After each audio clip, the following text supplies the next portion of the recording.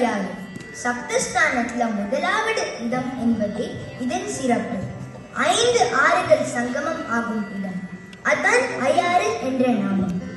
எம்பெருமான் ஐயாரப்பர் அறம் வளர்த்த நாயகி தாயார்.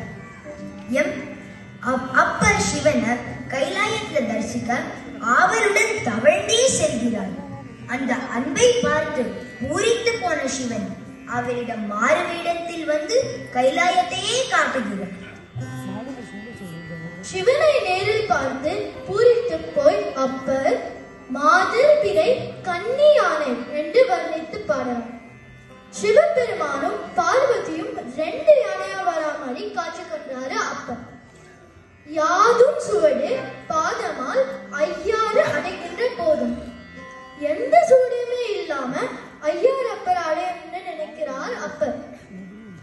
இப்போ நாவுக்கரசர் பாடின நவ்ரோஸ் ராகம், காந்தாரம் பண், ரூபக தாளம் அல்லது